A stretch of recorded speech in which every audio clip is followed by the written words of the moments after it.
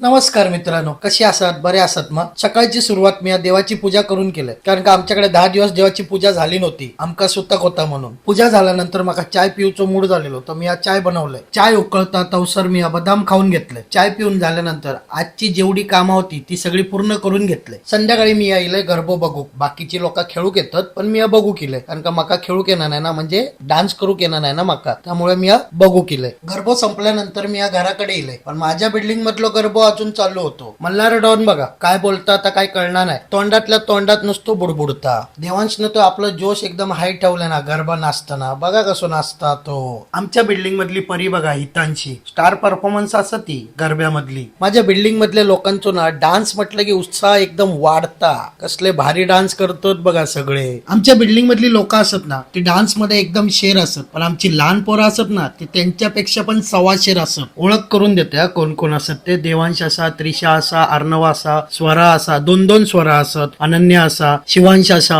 दुर्वा असा. माका ना लय विसराची सवय आहे, त्यामुळे नंतर तुमका सांगते. मी आता विसरले खूप साऱ्या पोरांची नावं. आता पुरती एवढाच. भेटूया उद्याच्या ब्लॉग मध्ये. लाईक करा, शेअर करा, कमेंट करा.